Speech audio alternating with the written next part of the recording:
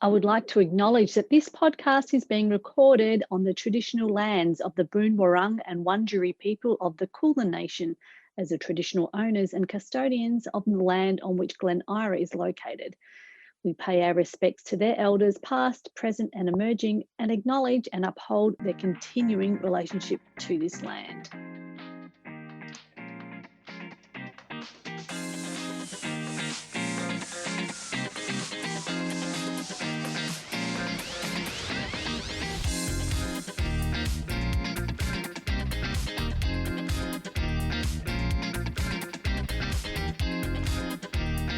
And welcome back to the Swinburne Professional Staff Network podcast, the podcast Professionals with Kristy and Ash, made by professional staff for professional staff.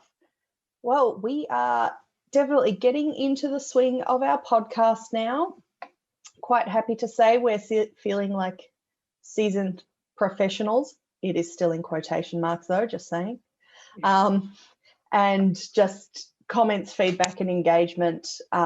We're really loving this experience. We couldn't have predicted how the engagement would go. So it's been really amazing. So partner in crime, hello Kristy, welcome back to the mic. How are you? Hello Ash, g'day. It's good to see you again. I can see you nice and clearly on the other end of the old Zoom link there. And it is great to be back here on the podcast. And thank you to all of our awesome listeners who have been tuning in and contributing to the podcast. It's really a great way of connecting and re-engaging with staff. And I actually just wish this was my full-time job because I actually really love it. But I don't know. Is that a possibility? I don't know. Well, look, Pascal commented in Yammer. So basically that's our path to ruling the world. So I don't see why it's not a full-time job. Okay. Well, yeah, I could spend a lot of time on the podcast and I'm loving learning how to use Adobe Audition, and I've done some more training this week with the Adobe Creative Cloud in the classes with Claire. Shout out to you. But oh my God, but I have to say our last podcast, which was the parental special issue, it was such a great success, Ash, and it was really an excellent insight into reconnecting back after taking parental leave and some of the issues I had actually no idea of and how important they actually were. And it was good to kind of hear everybody doing things differently and how they do things differently. But the overwhelming consensus for me was, and I guess you'll agree, is how supportive Swinburne is and flexible. Absolutely. Really impressive. Yeah. Couldn't agree more. And it's also like really important as a manager to take that time to understand engagement across parental leave and get that training the first few times you as a manager are working with someone on parental leave and returning. So it was really good. So I hope everybody else enjoyed it too. And hey, I've got to let you know, Ash, I've had a little bit of feedback that I want to share with you, and it's from my mum. Hi, Mum. Is she listening again? Oh yeah. To this podcast? Right. Oh yeah. So am I going to get in trouble for calling her Mum? No. You can call her the Big Mozza. The Big Mozza is her official name. Excellent. So long story, that's going to be for another edition. But she loves the podcast, and her feedback to me was, you say too much. And you got to stop saying So righto, Ash, I've got a note right in front of me. I will not, and I'm going to try my hardest not to say okay, because it's so annoying. I'm going to sound like Molly Meldrum. Okay, thanks for that advice, Mum. So if you we will work on some sort of counting device for every time is said. Yeah, or maybe I could because I did it then. I have found the sound effect button. So yes, I think maybe each time there is one, I can do a bit of a drum roll or a boom tish. So just for Mum, I'm starting an count. She's got it. There it is. Right, and I have one on the thing. Now we were actually slated to be doing this episode from the official Swinburne recording studio, which is clearly not where we are from. Currently, we are back in our comfy, cozy, at-home offices. Thank you to the latest restrictions. This one, the density. So we wouldn't have been able to both fit into the studio with our guest for this episode. So all set up for next episode. We should be recording in the studio. Jose is still absolutely our hero in terms of setting everything up and guiding us through, and generally managing never to roll his eyes at any of our questions. So thank you, Jose, specifically. Much appreciated. When we met with Jose virtually during the week, he had his face mask on. He was working at Swinburne, and I kind of got the impression that he wanted to pull it up over his eyes. We are going to be in the studio at sometime soon, and all I can say is look out, beware, Jose. We're going to get the keys to that place, and there'll be no stopping us. It's like up close and personal with a microphone. I was going to say a studio party, but I'm not entirely sure that it's actually that big. And if we left streamers in there, I think our invitation would be rescinded. Hey, do you know what? Have you ever been inside a bank vault? No. With the door shut? No, that's what it's like. Is there something you want to tell me about, like a previous job? No. I said the U word. Oh, did you? Yeah, so I've been inside the studio. I've had my induction training with Jose, and it is like being inside a bank vault. Really thick doors, no windows. It's just really small. And if you're claustrophobic, well, too bad. So on the next episode, are we going to talk about why you've been inside locked bank vaults? Because that's the story we want to hear. Maybe between now and then I can find my. This is how I imagine it would feel like. Hey, Ash, we have got so many things to discuss before we bring in our VRP. So I've just got a bit of a list here of things to chat about. And there I go again. How about working from home? How are you? Yeah, there she goes, making a note. How are you going working from home? And what's it like? I mean, I can see your background. Your room is absolutely beautiful. Yeah, the little office is coming together with my super classy spotlight wall art and a whole lot of plants, because it just happens to be the one right shelf in the house for plants. So for context for everyone, before and a little bit during the circuit breaker lockdown, my husband, toddler, and myself, well, not toddler, small child, 3-year-old, moved houses. So now we have a bit more space, a bit further out, and I have a whole office to myself, which is fantastic. My husband, it's really super spacious. Yep, kicked him out, and I've got my own office with my actual desk and a junk desk, which is very exciting. So that's going well. But in terms of work, it has been it's been rough. I think it's partly because of lockdown and partly because, changes at Swinburne are happening, and there is a lot of work. There's a lot of work in things that are still to be worked out, things that are still being decided, and it's just the confusion and things that are very hard to answer in a time of change. I think it is worn down on everyone, particularly with the added volume of end of financial year. So in terms of work, I have hit struggle town and then really? not. Yeah, so that's been a bit of a roller coaster. How about you? Because you did not love last lockdown.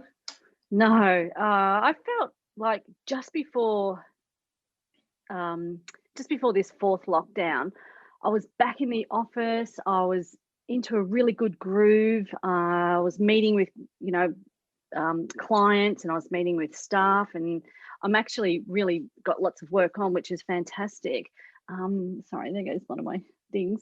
And I felt like this lockdown just kind of put the brakes on it. And then when I got back home, I was like, okay, just keep focused, keep the momentum going.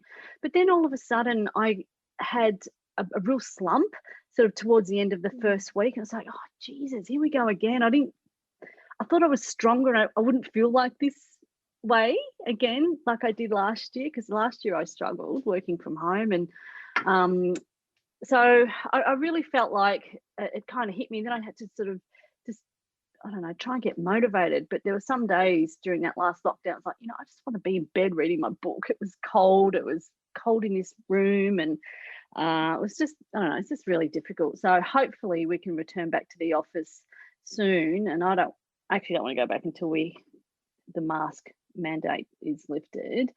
I don't really want to sit in the office by myself if no one else is there with a mask on, so I can might as well be at home. So kind of leads into, soon down the track, reconnecting face to face with our work colleagues, and I'm really looking forward to that, because I miss my colleagues. I miss the awesome people that I work with and surrounded by, and just the incidental conversations. So that's how I feel. But I'm loving the podcast, which is good. So we can do this at home, and it is good. It's a great way of connecting with our Swinburne awesome staff. Yeah, and go ahead. Oh, sorry. I just think it's important to, like, not every day has to be outstanding. So not every day is going to be the best day of your life. But I think it is good that we talk about this lockdown. Yeah. 4.0 was, again, hard, and varying degrees of difficulty. Kids homeschool, not homeschool, living with a lot of people and it's great, living with a lot of people and it's hard, living alone and it's great, living alone and it's hard. Like, just every variation, it is still hard. And while we now can work from home really well, but adapting to having to drop everything for a circuit breaker lockdown for COVID, or whatever the next super flu happens to be, or however it works, that's a much longer learning curve for how we work generally. And I think it's hard. I can tell you, I am on campus a couple of days next week. Oh, really? Even with the mask requirement, I am. Yes. Okay. All right. See, that's good. Might coincide, do something. Oh, actually, I do need to come in next week. All right. Sounds good. There you go. Hey, one of my skills is connecting with people across the university, and when I've got something that I'm absolutely passionate about, you just cannot shut me up. So you know by now that the Tour de France has already started. It started on Saturday, the 26th of June. And I have a love of cycling so deep. So anyway, I've been running a Tour de France competition for about the last 15 years with my family. And I'm going to try and keep this quick, Ash, because otherwise we won't be able to get to our special guest. But what I have been able to do for this year is I physically sit within the sports research group. They have let me unleash my Tour de France competition on the sports innovation research group.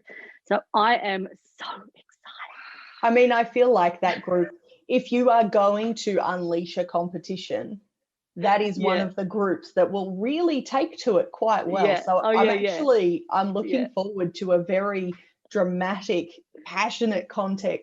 I have created a 10-page PowerPoint presentation for our meeting for our 4 o'clock briefing, and then we've got everyone's going to be assigned a team. There's amazing prizes such as a return trip to France business class staying in a chateau down by the beach. Is that a real prize? I'm not sure. Just it's on the cards. I'm just kind of organising stuff now. But so everyone's fully pumped up. They're so excited. I'll probably be like the most excited person of all time. But so I actually have got part of my office, you can't see, but it's on the back wall. Got all the stuff ready for the third research group briefing later on today. And they will probably regret this, but I think they'll love it. I hope so. But it has already initiated some really interesting discussions. So anyway, there'll be more to that, more to come on that as we go through 3 weeks of no sleep. It also coincides with Wimbledon. So there's lots happening in the month of June. And we are now introducing our very special guest, the one and only Rita Barbagallo. Hello and welcome to the SPSN Professional Podcast Mic. How are you, Thank Rita? you. I'm wonderful, thank you. On this, it is a very cold day today, but it's so lovely to see you both. It's the same here, Rita. It's great to see you, and thank you so much for being a part of the podcast. Yay. I'm very honoured to have been asked. Thank you. We're very excited to have you here. So just for any one of our listeners who hasn't met you as yet, could you tell us your role and who you are at Swinburne? Well, I am one of these people that's sitting in waiting for possibly a title change due to the various changes that have happened around the university. So my title for now is the Faculty Facilities Manager for SOBL. And those people that don't know what SOBL is, it's the School of Business, Law and Entrepreneurship. Yes, so faculty obviously will change, but it's okay. It won't change what I do. And I've been around. Next month it'll be 10 years. Seems like 10 months, but yes, 10 years. So has it gone fast for you, Rita? It has. 10 years. It has. Looking back, just really quickly, yes. I thought I was just passing, thought I'd drop in, but 10 years later, there I am. Still there, which is great. Yeah. So, Rita, can you explain to us what your what manager of faculty facilities does, and why that role is so important? Because a lot of us might not know. Well, I think for those people that actually don't work within the old faculty system, they don't really understand what a faculty facilities manager would do. Okay. But look, my role is really to be a conduit between central areas within the university and the staff that are working within SOBL. So, for example, I liaise with the facilities department when we're rescoping offices. Mostly it's usually me trying to cram in more people into the same amount of space that we've got. And our staff love that. They love seeing me come with a tape measure because they normally know something's happening and it's not good. Yeah, I've seen that that Rita walk down the corridor. Here she comes, everyone. Scatter. Okay. I help people with their IT needs, or whether or not if they need to get some software. I have a great working relationship with the IT guys, and they're often ask me for my operational experience and point of view, especially when it's things like changing things in meeting rooms and things like that, sometimes in classrooms. I put in, I don't know how many work orders a month. I'm probably one of the biggest users of putting work orders in to fix things, air conditioning, temperature, random things to support events that the school actually has. Yeah. Hey, so you're like a fixer. Well, yeah. Like Rita the fixer. Some people come up and they say, oh, I don't know who to go to with this. And then they just start offloading. And if I can't help them, I normally will direct them to the area that they should go. Got any really left field, geez, I don't know if you're the right person, but how do I, get rid of a dead body or something like that? No, not a dead body. But which bin does it go in? Park my car. I don't want to use the... Where can I go to park my car? How far away do I have to walk? Stuff like that, Okay, not in a position description. Whereas where to hide the dead bodies is specifically in the position description. That's covered. Yeah, well, we don't call it that. We just do the touch the nose. Very good. Oh, it sounds like you've got such a wide variety of tasks that you do, and I guess there's no day that's kind of ever similar or the same. It's like things coming out of left field for you. No, look, I can start off with a to-do list, and on a rare occasion, I can actually get to do the to-do list as I'm supposed to. But like most people, the to-do list's out the door. And obviously being working from home is different to working on campus. But on campus, I have, if it's not people on the phone, people popping in, and the day just goes from there, whatever. Yeah. Hey, talking about campus and being on campus, obviously we're all at home at the moment, but I wonder if we could chat about some of your activities from last year, Rita, because I'm not meant to be saying So last year I forgot to count. Yeah, we're Sorry, on Mum. count. I failed. My mum is counting the ums, so I've got to stop saying it. All right. So Rita, can we chat about some of your activities from last year and what that looked like for you? Well, I wasn't expecting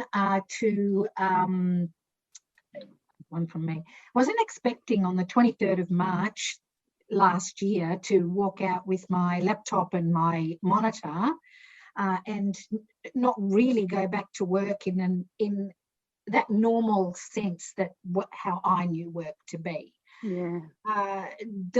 The beginning of working from home was actually, for me, was actually helping a lot of people settle in to that working from home. Teams and Zoom has become part of our life now, but that wasn't the case just a very short while ago. People that's right. Barely using that. So yeah, I was helping people to set themselves up ergonomically at home, so that they weren't too painful it wasn't too painful for them sitting at their desks. And then some of the things that I actually got involved in behind the scenes was I had the great opportunity to participate in the Return to Campus Executive Weekly meetings, where there was a big discussion from all the various areas within the university to see how we were going to return to campus and what that was going to mean, what that was going to look like. That must have been interesting to be a part of that, to see what everyone's collective thoughts were, because this was something that no one's ever been a part of before. Of course. And there were rules, obviously, but it was an evolving picture. Like we went into a huge lockdown. We were getting ready to come out of the lockdown, getting ready to try to get people back again. And then all of a sudden there was the huge, long lockdown. So that was really not really expected, and it threw a lot of the plans off. So, and I think as everybody from the Vice Chancellor down has said, everyone just adapted so quickly, which is really good to see. And it was so unknown too, wasn't it? Like we didn't know anything. Like coming out of this lockdown, we kind of have a sense of, we know what might be the flow and restrictions will ease, etc., etc. But last year we had no idea. Yeah. So sorry. No, I was going to say it seemed like it was never going to end, that really long one. Let's face it. Yeah. What was it, 120 days or something? It was a very long time. So does that mean that you were on campus a lot of last year solo by yourself? Well, I did actually have the opportunity to go into campus to start preparing for whenever people were going to start coming back. And you needed people to go around, and those of you that did go on campus, to go around putting up a whole heap of posters about trying to give people a general idea of don't crowd around, don't put too many people in this space, whether it was a meeting room, whether it was in the tea rooms, whether it was at the photocopy area, etc. So there was a lot of preparation behind the scenes. Sometimes I did have the great opportunity to work with some of my Sobel professional staff who came to help, because otherwise I was going to go absolutely insane. And thank you very much to all those people who put up their hands. There was a lot of blue tacking going on there. But I did actually find myself in a situation where I did find myself in a situation where I was by myself in the BA building, and I swear I could hear the old ghosts of students and lecturers past. Yeah. Because there was not a soul in there. Even obviously the escalators were off, so there's not a soul. I think I remember I was on level 6, and it was just the wind, but it was scary. Because you would have been able to hear from level 6. You can hear everything echoing up from the ground all the way up to the 8th floor. Yeah, So, yeah. are you sure it was the echo of teaching and not the echoes of the coffee machine that kept breaking? It could have been. I could have mistaken the frothing of the spurting of the coffee machine from level 11. Yes. The coffee machine that never stops haunting. So with all the lockdowns and the returns and the changes and the capacities, how, with this latest lockdown, are you back on campus from next week, or how are you sort of balancing quite a job that requires a lot of on campus, but still some of the good things about working from home, but in a hybrid way? And look, I'm actually trying to make that evolve for myself at the moment. I have said that I'll try and go in.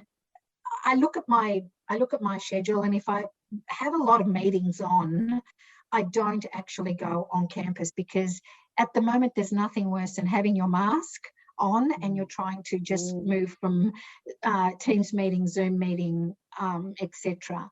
But if I do go to campus, and in most cases 2 days a week, I actually try and physically make sure that I'm out and about and I'm doing things, setting up offices or checking things out. I recently just completed the workplace safety assessments. So yeah, there's just a lot of moving around, which I prefer, and it's actually made the job quite split in the middle. Like if I'm meetings, well, that's okay, I can really do those at home, meetings and emails and stuff. And then when I'm on campus, it's really much more physical stuff. Yeah. That actually sounds really like smart. Are you finding it better for just your sanity balance and also getting through the work, having those boundaries that we're always trying to set for ourselves? Yeah, in fact, everything was sort of very much blurred when I was at work and full of constant interruptions. I think working this way, it's definitely, it's different. I feel like I can control it at the moment. It's interesting, isn't it, how your working behaviours change, and how you would normally work in a group with other people, bounce off ideas, and it's like, actually, I need to really keep myself organised and on track. Yeah, I've struggled in and out of that, so I understand. It's interesting, all the training of all over the years that various organisations offer or people get sent to around managing interruptions and that balance between interruptible and focus time, and all we needed was a pandemic to do it for us. Hey, Rita, you and I obviously have chatted a little bit before in the past, and I remember having a very interesting conversation with you at Fonda, right, over a bowl of chips that I think I stole from Janie. Thank you, kind regards. And so prior to working at Swinburne, Rita, are you able to just have a little bit of a discussion with us about what you did prior to working at Swinburne, because this is so exciting. Oh, really? You think it's so exciting? I think it's super interesting. I know. I've heard some of your tales too, and honestly, with Kristy, I think it's fascinating. Oh, no, it makes me feel so old, ladies, so old when I say this. Well, you know what? You can either have all the good stories or be young, but you can't have both, because when else are you going to have the time for all the good stories? That's true. And you ladies will have all the beautiful stories to tell when you get to my age as well. Oh my God, I'm never It'll be short about of the Swinburne. story. Yeah, for Okay. sure. Oh, And just for the benefit of our listeners, Rita may or may not sound like she's describing herself as an 80-year-old woman. She is far from it, and very sprightly. And I think it's just because we can see each other on screen, but you guys can't necessarily see. Don't fall for it. She's no. certainly nowhere near as old as it sounds. I try and give people a run for their money anyway. That's it. Yeah, super stylish, Rita. You've always got the best lipstick and shoes on. Also true. Always. Oh my, so jealous of your shoe collection. But people haven't seen me recently. COVID has made me change my shoe collection. Yeah. Flats. I know, it's sad. But, to get back to your question, so before I came to Swinburne, I worked for 20 years at Qantas, and in between Qantas and Swinburne, I did a what should have been a 3-month stint, but ended up being almost 15 months at Foxtel. Place that I've never seen so many TVs in the workplace. Yeah, I can imagine. People working, people not. It was crazy. But Qantas 20 years was very varied, and I had the fantastic opportunity to be able to travel throughout most of Australia, even had the opportunity to travel internationally for work. And I got to work on a couple of sort of strange projects. Like I remember one was that we were expanding into the Western Australian market. So on behalf of Qantas, I was working in a wholly owned subsidiary called Airlink. And I was basically looking after customer service, customer experience, flight attendant staff and uniforms, catering, menus, and all of the supplies and stuff that goes on board the aircraft. So because we were a really small team, so it was a very, very busy job. And the organisation, that small organisation, actually tripled in size in a matter of a couple of 2 years. So it was really amazing.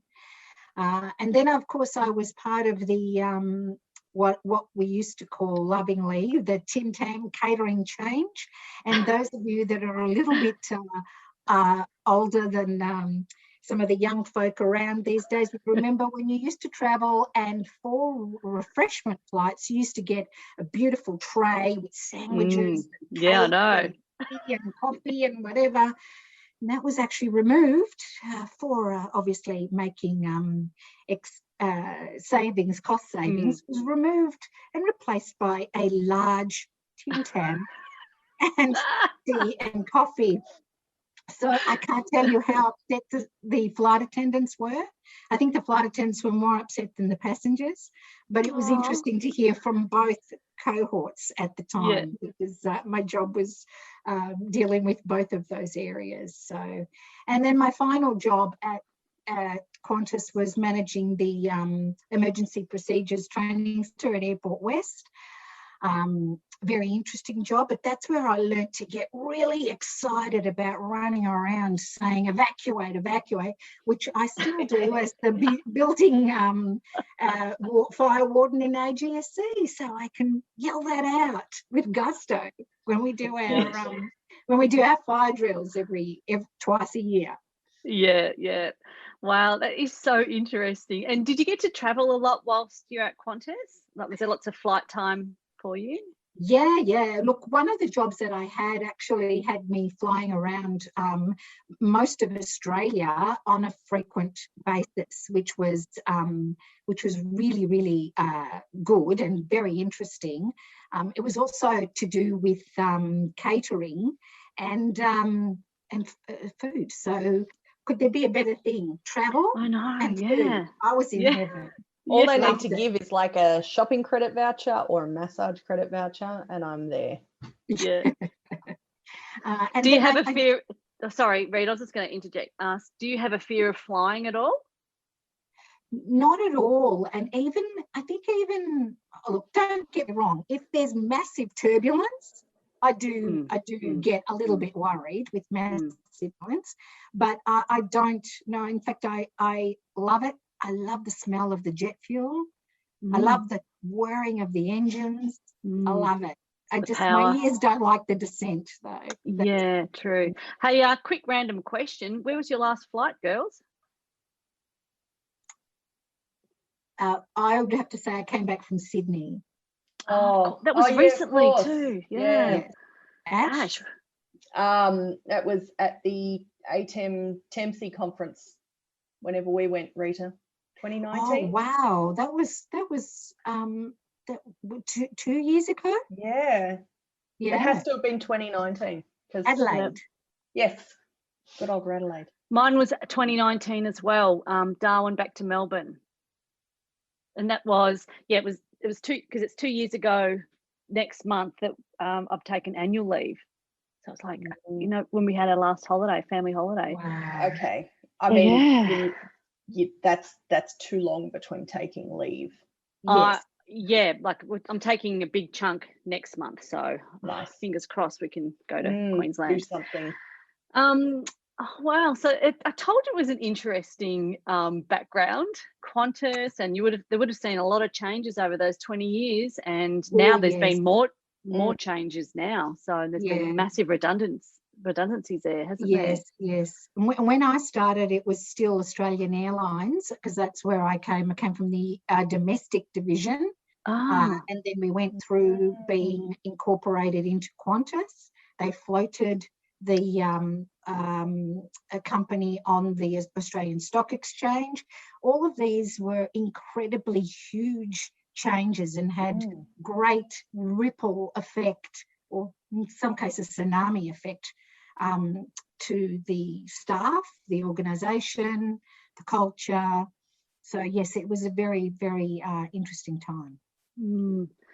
Hey, Rita, the whole theme of our podcast is reconnection, connection, engagement with staff.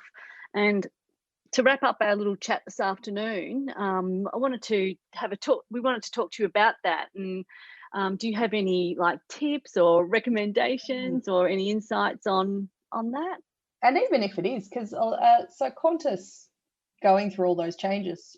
Universities go through changes, but we know we've been in a time of constant change. So whether it's COVID and hybrid or just reconnecting with after change, and some of your tips around that too. Yeah, I think one of the most important things I can probably say is that even though we're happy to be working from home and tucking away and getting through the 101 things that we've got on our lists to do, I think I can't put enough stress on the fact that you do need to reconnect with people. And sometimes the best way to do that is to actually do it in person. I call it the 3D effect now, because I feel like I'm not over, but I'm getting to that point of there's too much two-dimensional connection with people. So I think what we actually need to be doing is working out ways when we can come together, but a challenge is going to be coming together safely at the moment within the COVID conditions, as well as using that time differently to how we used to do it before, because before we were coming together and the connections would be incidental. Now it's almost like we have to create the time. Yeah, that's exactly right. Create the situation. Why are we coming together? But use it all to make things work, to think how we're going to work, how we're going to make things better. So from that perspective, we've never stopped to have a think about that. That's always been incidental, our thoughts. Absolutely. Yeah. It's funny, isn't it? And then after this period of time, it's like, I'm connecting with different people that I used to connect with.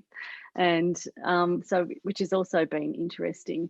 And how do you sort of see your role continuing, Rita? What I'm trying to say is, how do you see your working style? Is it going to be a little bit of both, hybrid, bit at home, continue to do that? Yeah, look, I think it would be good to continue having a bit of both, because I think there's no underestimating the sanity that you can have when you're at home and you're just completely focused on what it is that you're doing, and people can send you emails and you can be interrupted that way, or they can call you on Teams. That's fine. But for me, it's much quieter at home. I have to be honest with that. And I know that that isn't the situation for absolutely everybody. However, it's also important to get out and about. As I said, it's important to even remember who it is that you work for and with, because the further you're away from it, the further you tend to, I don't know, remember things in a different way, remember things how they used to be, which they're not anymore. Such an interesting point. Yeah. People are now wanting different things. They come up, I need to have I don't know, they're not necessarily worried about having access to an office where they might be thinking, an academic staff member might be thinking, how can I get a particular recording of myself in a room with some students so that I can put it online and we can have a bigger audience about this. So it's a totally different requests coming now. And you're right, there's no going back on how things were, and it's different. We're just evolving the way that we're working at Swinburne and together and connecting. But that's why we think the podcast is important, to at least have these conversations and connect with staff, and keep reconnecting with staff and our workmates, and also other workmates that we're still meeting on the podcast as well.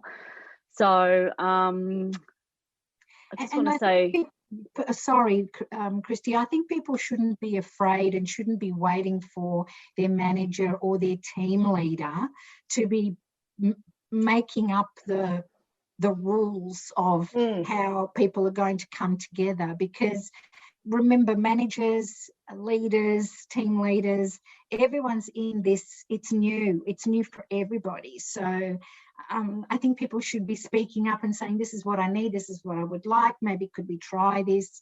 And yeah, as I said, everyone's got the right to, everyone now has the ability to make the future, if that makes any sense. It's a bit exciting. Yeah, Absolutely. I like that point. Yeah. Rita, it's been so lovely chatting with you today. Thank you so much. And, we appreciate you taking the time to talk to us about what your experience has been at Swinny. And we do. We sincerely thank you for being a part of the podcast. Thank you. Thank you so much for asking me, and take care. I'll be listening into your next one. You better. One. Okay, Ash, let's do the post-administration wrap-up of the podcast. How do you reckon it went today? Give us a score out of 10. I mean, I'm going to say at least 11 out of 10, because if you don't back yourself, who will? That's right. But also, Rita was just awesome to talk to. Yeah, what a champ, absolute champion. And there's so many layers to Rita, and I just loved her Qantas stories. She probably doesn't think that it's that exciting, but I really loved it. I could just imagine Rita in her beautiful Qantas uniform and giving instructions on evacuation. But there's always something new. Like, she'll bring out what she was talking about, the changes Qantas went through. Like, there is always something that she's like, oh yeah, and we did this thing, and she's so cool and calm about it, but actually it's this huge dramatic change that would have had a giant impact, either for her or in life, or in like for one of her teams or whatever. And it's just crazy how she's like, oh yeah, that just happened. Yeah, like walking down the street. I know. I reckon this was one of our top 10 podcasts. We haven't done 10 yet, but it's in the top 10. We've done 4, but sure. It is definitely in the top 10. Yeah, so I really thoroughly enjoyed it. And coming up next, we will be chatting to Sobel's Daniel Dunn, who is a research centre manager for CTI. And I know you know Daniel really quite well, and I've just started working with him on a bit of on a project. So enjoying that and look forward to speaking to him in the next couple of weeks. And also, Ash, I'm going to give a shout out.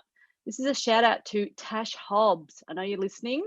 You are a legend and a fellow Swinburne podcaster. And just to let everybody know that her podcast is directed at academics and it's called Talking About by LTU. And you can find it on the Apple podcast listing. So check it out if you get a chance. Indeed. And that is it. Podcast done. Thanks, Ash. Good to see you.